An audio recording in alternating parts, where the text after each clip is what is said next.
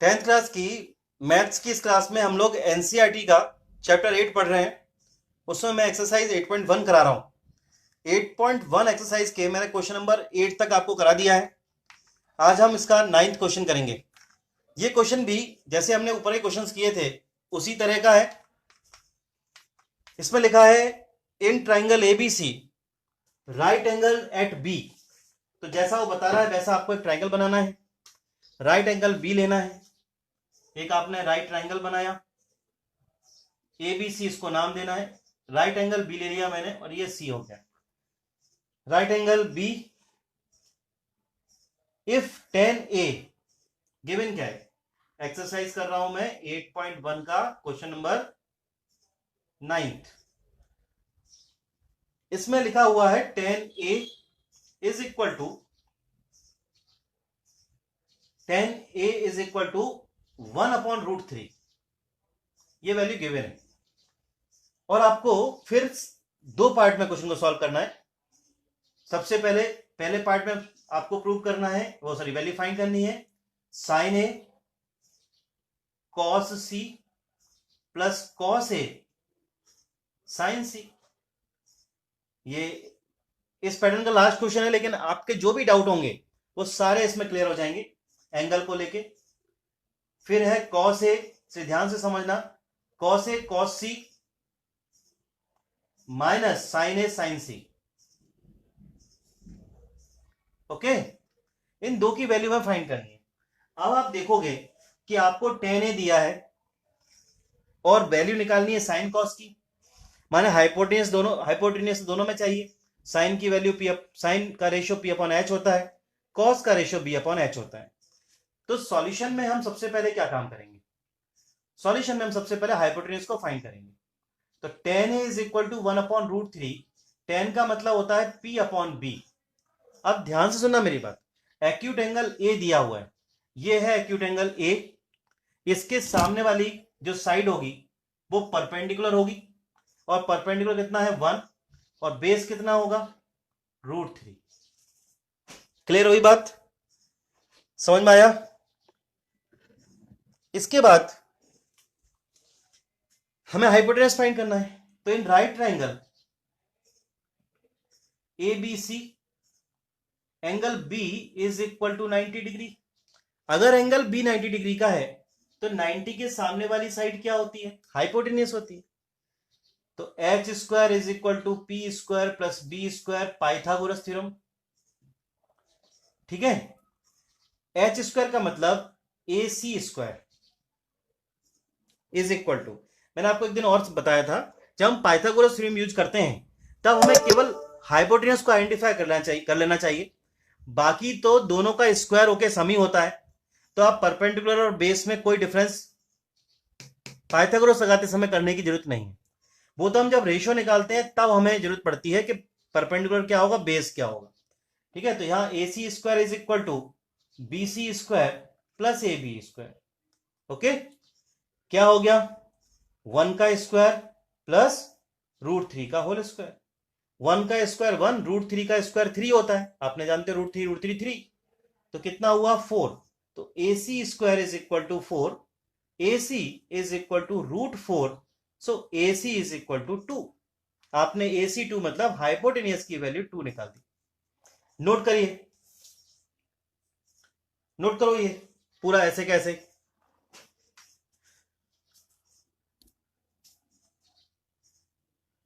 Note हो जाए तो मुझे बताना।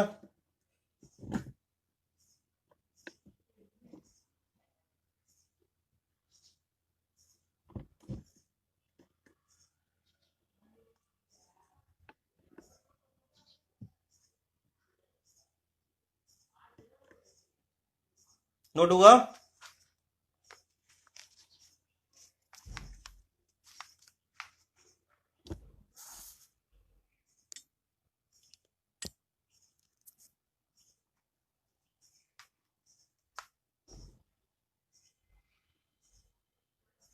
हो गया? ओके, चलिए अब इसके बाद, क्योंकि हमें फर्स्ट पार्ट में साइन ए कॉस सी कॉस ए साइन सी, नीचे भी अगर आप देखोगे तो नीचे भी आपको क्या दिखाई देंगे, यही वैल्यू दिखेंगी। यहां पे साइन ए चाहिए तो कॉस ए की वैल्यू यहां पे है, कॉस सी साइन सी, मतलब 4 वैल्यू से आपका काम बन जाएगा। आप यही काम करो, आप क्या करो, इन सबकी वैल्यू निकालो। सबसे पहले साइन ए, साइन होता है पी अपॉन एच, साइन अकेला पी अपॉन एच होता है, ध्यान सुना मेरी बात। और एक्यूट एंगल है ए, तो परपेंडिकुलर क्या होगा, परपेंडिकुलर होगा बीसी, और हाइपोटेनस क्या होगा एसी। तो वैल्यू क्या आएगी साइन ए की, ये सब बढ़ाया था मैं, आपने नोट तो कर ही लिया है, बीसी अपॉन एसी मतलब 1/2। फिर मैं निकाल रहा हूं साइन सी। अब आप साइन सी समझिए, sine C P upon, sine तो पी अपॉन एच ही होता है, लेकिन एक्यूट एंगल हो गया है सी। तो एक्यूट एंगल अगर सी है, ये वाला है, तो अब परपेंडिकुलर क्या बन गया, जिसको आप अभी बेस मान रहे थे, अब उस एंगल के सामने वाला परपेंडिकुलर हो चुका है, मतलब ए बी अब परपेंडिकुलर है और हाइपोटेनियस ए सी है। तो कितना हो गया, √3/2, दो वैल्यू आ गई। कॉस ए, कॉस ए होता है बी अपॉन एच, अगर एक्यूट एंगल को हम ए ले रहे हैं तो फिर बेस क्या होगा, ए बी होगा ना, ये है तो सामने वाला परपेंडिकुलर बेस, और हाइपोटेनियस क्या होगा ए सी। क्लियर, बहुत सिंपल सी बातें हैं। आपने अगर बेस ढूंढना है, एंगल ए माना है, तो सामने वाला परपेंडिकुलर बेस, तो ए बी की वैल्यू कितनी, √3 और ये 2। लास्ट वैल्यू है कॉस सी, कॉस सी मैं इधर कर देता हूं, cos C is equal to B upon H, cos का मतलब तो बी अपॉन एच, लेकिन एंगल ले लिया सी, तो सी के सामने ए बी परपेंडिकुलर बना, बेस कौन सा हो गया इस बार, बीसी, हाइपोटेनियस क्या है ए सी, तो बीसी की वैल्यू कितनी है 1, इसकी कितनी है 2। 4 वैल्यू रिक्वायर्ड थी, चारों आ गई, ठीक है ना। मैं यहां अलग से लिख लेता हूं, मुझे जरूरत पड़ेगी उसकी। साइन ए, आपके पास नोट है, साइन ए 1/2, साइन सी आया √3/2, कॉस ए √3/2 और कॉस सी 1/2। ठीक है, अब हम एक एक करके दोनों पार्ट को सॉल्व कर देंगे। फर्स्ट पार्ट था हमारा sign A cos C plus cos A sine C, value put up कर दो। साइन ए 1/2 लिखो, कॉस सी की वैल्यू भी 1/2 है, प्लस कॉस ए की वैल्यू √3/2 और इसकी वैल्यू भी √3/2। फाइनली 1/4 प्लस 1/4, 1 1 का मल्टीप्लाई 1, 2 2 जा 4, √3 3 और 2 और 2 4, एलसीएम लो 4 आएगा, 4 1 जा 4, 1 से 1 में करेंगे तो 1, 4 1 जा 4, 1 से 3 में करेंगे तो 3, तो 4/4 1। ये फर्स्ट पार्ट का आंसर आया। अब दूसरे पार्ट को देखो, दूसरे पार्ट में आपको प्रूव करना था cos A cos C minus sine A sine C. Cos A की वैल्यू √3/2, फिर कॉस सी की value 1/2 is equal to sine A 1/2 into √3/2, इन दोनों का मल्टीप्लाई √3/4, इसका √3/4, एलसीएम 4, √3 माइनस √3, 0/4 0, या फिर यहीं पर काट देना इनको दोनों को, तो 0 आ गया। तो पहले का आंसर आया 1, दूसरे का आंसर आया 0। नोट करो, ये 9th क्वेश्चन था।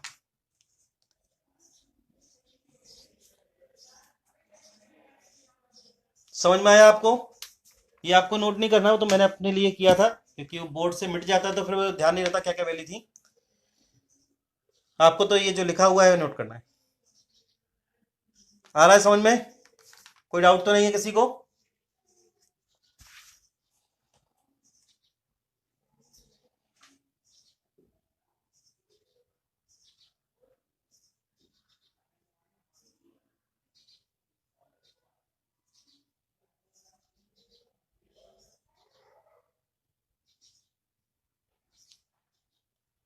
हो गया? इंशाल्लाह सोमवार से सोशल स्टडी भी शुरू कर देंगे, तो कल उसके लिए बात करेंगे हम लोग फोन पे, कैसे करना है उसको भी देखेंगे, ठीक है ना। इस एक्सरसाइज का लास्ट क्वेश्चन तो ट्रू फॉल्स वाला है। लेकिन उससे पहले जो क्वेश्चन नंबर 10 है, उस क्वेश्चन नंबर 10 में उस क्वेश्चन नंबर 10 में बिल्कुल डिफरेंट बातें करनी है। इस तरह का रिलेशन तो सबसे लास्ट में दिया हुआ है, जिसमें 10 साइन पी और सब निकाला है। लेकिन उससे पहले वो बहुत इंपॉर्टेंट क्वेश्चन है, 3 नंबर में आता है अक्सर। देखिए पढ़िए क्या है इस क्वेश्चन के अंदर।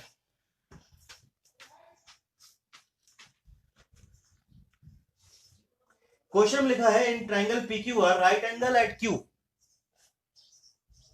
क्वेश्चन नंबर 10, एक राइट ट्राइंगल बनाया है हमने, उसमें राइट एंगल लिया क्यू। तो पी और आर कोई भी ले लो, ठीक है ना। राइट एंगल बस आपको क्यू लेना है।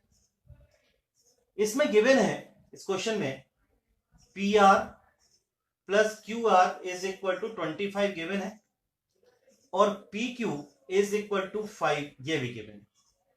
डिटरमाइन द वैल्यू, आपको वैल्यू फाइंड करनी है साइन पी, कॉस पी और टेन पी की वैल्यू निकालनी है। इन तीन की वैल्यू निकालनी है। तो देखो तीनों की वैल्यू, इसका होता है पी अपॉन एच, ये होता है बी अपॉन एच, ये होता है पी अपॉन बी। तो तीनों रिलेशन जरूरी है, परपेंडिकुलर, बेस और हाइपोटेनियस। बट इंडिविजुअली इसमें आपको सिर्फ पी क्यू की वैल्यू 5 दी है, ये आपको अलग से वैल्यू नहीं दी। तो आपको पहले, सबसे पहले जरूरी है कि आप इन दो वैल्यू को निकालोगे, ठीक है। जब तक ये नहीं निकलेंगी तब तक आप साइन पी, कॉस पी और टेन पी को फाइंड नहीं कर सकते। तो हम क्या करें ऐसी कंडीशन में, इसलिए क्वेश्चन इंपॉर्टेंट है क्योंकि वैल्यू सिर्फ एक दी हुई है। दो देता तो हम पाइथागोरस थ्योरम लगा रहे थे, वैसे लगा लेते। अभी तो ऐसा नहीं दिया कि दो वैल्यू दी हो, ठीक है ना। लेकिन हम यूज करेंगे पाइथागोरस थ्योरम का ही, क्योंकि जब कोई साथ नहीं देता हमारा तब पाइथागोरस ही हमारी मदद करता है, ठीक है। तो by using Pythagoras theorem in right triangle P Q R angle Q is equal to 90 degree, क्या करोगे। ये तो मालूम है 90 है, तो आपको ये भी तो मालूम है कि ये इसके सामने हाइपोटेनियस होगा। तो पी आर स्क्वायर, हाइपोटेनियस का square, is equal to remaining two side के स्क्वायर के सम के इक्वल होता है, Q R square plus P Q square. Correct, note मत करना, क्वेश्चन हो जाए आराम से, समझ में आ जाए तब नोट करना। अभी तो आप समझते जाओ, अभी हमने कुछ नहीं किया है। सबसे पहले पाइथागोरस थ्योरम लगा दी, एक वैल्यू थी तब भी लगा दी। अब देखो पी आर स्क्वायर को पी आर स्क्वायर लिखो, है ही नहीं वैल्यू। क्यू आर स्क्वायर को क्यू आर स्क्वायर लिखो, है ही नहीं वैल्यू। पी क्यू की जगह पे 5 का स्क्वायर करो, पी आर स्क्वायर होगा, ये क्यू आर स्क्वायर होगा, ये 25 होगा। आप ट्रांसपोजिंग में इसको इधर ले आओ, तो P R square minus Q R square is equal 25। अभी तक कोई प्रॉब्लम तो नहीं है क्वेश्चन में। अगर नहीं है तो आपको मालूम है A square minus B square is equal to A plus B और ए माइनस बी होता है कि नहीं, होता है ना। तो इसको उसी फॉर्म में लिखो, P R minus Q R और P R plus Q R is equal to 25 हो गया। अब देखो कि हमें गिवन क्या था, P R plus Q are आपको गिवन था। तो P R minus Q are जो गिवन था, P R plus Q are, यहां लिख दो 25 इज इक्वल टू 25। अब आप P R minus Q are निकालोगे तो 25 अपॉन 25 कैंसिल हुआ, क्या आया 1। एक रिलेशन आपने निकाल लिया, एक रिलेशन तो आपको गिवन था, दूसरा निकाला आपने P R minus Q R is equal to 1। अब आप नोट कर लो, और आपको थर्ड चैप्टर याद आएगा, linear equation in two variable. हम क्या करते थे, दो वैल्यूज जो नेगेटिव साइन के साथ में, वही दो वैल्यूज अगर पॉजिटिव साइन में है तो हम उनको एलिमिनेशन मेथड से सॉल्व करके या किसी भी मेथड से सॉल्व करके और उनको अलग अलग कर सकते हैं। यही मैंने आपको क्वेश्चन के स्टार्टिंग में बोला था कि हमें पी आर और क्यू आर की अलग अलग वैल्यू चाहिए, इसको सॉल्व करके हम निकालेंगे। क्वेश्चन नंबर 2 इसको नाम दो, नोट करो आप, जब नोट हो जाए मुझे बताना, फिर मैं इस क्वेश्चन को आगे बढ़ाऊंगा।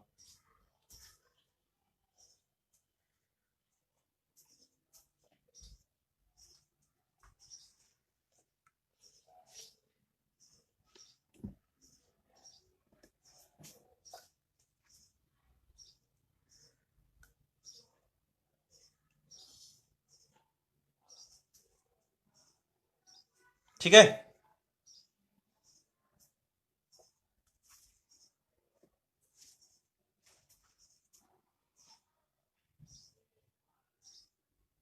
अभी आपको इस पे भी ठीक दिखता है ना, मतलब लाइट वाइट सब ठीक, सब ठीक ठीक हो गया है, पहले से बेटर हो गया ये। मैथ्स के लिए तो अभी एक आध हफ्ते ही चलाएंगे, फिर मैथ्स के लिए बाद में शुरू करेंगे उस पर गूगल मीट पे, क्योंकि जब तक आमने सामने नहीं होंगे तो आपको डांटेगा कौन।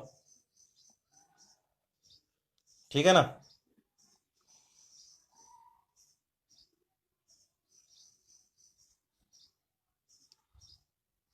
दो लोगों ने नोट कर लिया, बाकी लोग किस किस ने नोट किया? आदि तू बहुत स्लो लिखता है, नोट हो गया बेटा?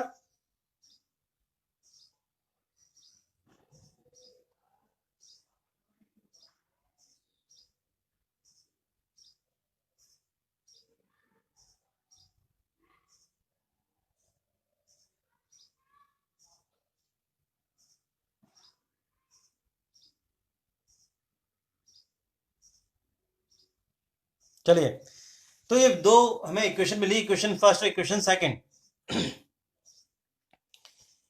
दोनों इक्वेशनों से हम पी आर और क्यू आर को सेपरेट कर सकते हैं। तो क्या लिखेंगे? From equation first and second, first equation थी P R plus Q R is equal to 25, तो गिवन थी। और दूसरी इक्वेशन हमने निकाली P R minus Q R is equal to 1। ये दोनों सेम है, साइन अलग अलग है, बाय एडिशन कैंसिल हुआ। 2pr इज इक्वल टू, इन दोनों को प्लस करेंगे तो 26, pr is equal to 26 upon 2। तो pr की वैल्यू मिल गई आपको 13। ठीक है, मैंने वो ट्राइंगल यहां से हटा दिया, मैं फिर से बना देता हूं जिससे आपको समझाने में आसानी रहेगी। Q P R, P R की वैल्यू आपने 13 निकाली, ये वैल्यू पहले से हमारे पास थी 5। अब बचा क्या? Q R. Putting this value in equation first, तो P R plus Q R is equal to 25। 13 plus Q R is equal to 25, so QR is equal to 25 minus 13, QR is equal to 12। तो ये value भी आ गई 12। अब आप जिसकी भी value, जो भी रेशियो निकालना चाहते हो निकाल सकते हो। एक्यूट एंगल तीनों में P दिया है, ठीक है। आप साइन P निकालो, साइन का मतलब P अपॉन H होता है, तो परपेंडिकुलर हो जाएगा QR। हाइपोटेनियस है PR, तो क्या वैल्यू आई इसकी साइन P की? 12 अपॉन 13। आपसे दूसरी वैल्यू पूछी cos P, B upon H, base है PQ, हाइपोटेनियस है PR, तो ये हुआ 12 अपॉन 13। तीसरी वैल्यू आपसे पूछी है, तीसरी वैल्यू मैं यहां बता देता हूं इस तरफ, ठीक है। तीसरी वैल्यू आपसे पूछी है 10p, तो 10p is equal to P upon B होता है, परपेंडिकुलर QR, बेस PQ, तो ये आएगा 12 अपॉन 5। नोट करिए, ये एक्सरसाइज पूरी हो गई। अब मैं आपको नेक्स्ट एक्सरसाइज की, अब नोट कर लो पहले, फिर उसके बाद अगर टाइम होगा तो नेक्स्ट, इसके बाद जो एक्सरसाइज है उसके बारे में कुछ बेसिक्स बता दूंगा। करिए, आप नोट तो करिए। यह है क्वेश्चन नंबर 10। कहीं कोई डाउट है तो पूछ सकते हो। अप्रोच हमेशा बनाओ क्वेश्चन की, कि क्वेश्चन में जो पूछा जा रहा है उसके लिए हमें क्या क्या चीजें फाइंड करनी है। अगर वो आपको समझ में आ जाए तो फिर क्वेश्चन करने के तो बहुत से तरीके होते हैं।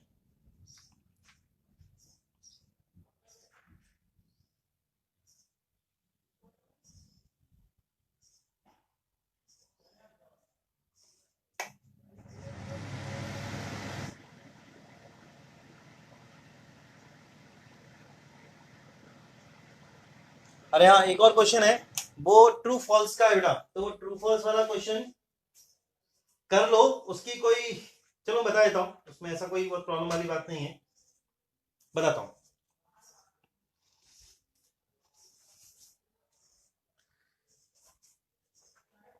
ये हो गया ना सबका? इस क्वेश्चन में लिखा है state whether the following are true and false, justify your answer. ठीक है, the value of 10a is always less than 1। अब अभी आप कैसे बता पाओगे, क्योंकि जब तक आपने टेबल नहीं सीखी है तब तक आप ये नहीं बता पाओगे। अभी इसके बाद के चैप्टर में टेबल आने वाली, ठीक है ना, तो बाद के जो चैप्टर है उसमें टेबल आएगी। तो जब टेबल आएगी तो हम देखेंगे कि इसकी वैल्यू 1 से हमेशा कम होती है या ज्यादा होती है, 1 होती है। ठीक है, जैसे इसका आंसर नो है, ये फॉल्स है, क्योंकि 1045 की जो वैल्यू है वो कितनी होती है, 1 होती है, और 1060 की जो वैल्यू है वो √3/2 होती है। ठीक है ना, तो 1045 1 हो गया है, तो फिर ये लेस देन बोला, ऑलवेज लेस देन, तो हमेशा लेस देन तो नहीं होता, इक्वल टू तो 1 होता ही है, तो मालूम ही है। तो इस तरह से ये फॉल्स हो गया। फिर उसने पूछा है sec a इज इक्वल 12/5, तो sec a is equal to 12/5। ये 12, ये क्या होता है, हाइपोटेन्यूज अपॉन बेस। तो जरा यहां रख के देख लीजिए हाइपोटेन्यूज और बेस को, ऐसे करना पड़ेगा सॉल्व। तो ठीक है, मैं बाद में कराता हूं, और इनको आप सबसे लास्ट में कर लेना, जब एक्सरसाइज हो जाएगी, जब चैप्टर हो जाएगा तब लास्ट में इनको सबको कर लेना। ठीक है, या फिर मैं नेक्स्ट क्लास में कराता हूं। चलिए बस आज इतने रखते हैं।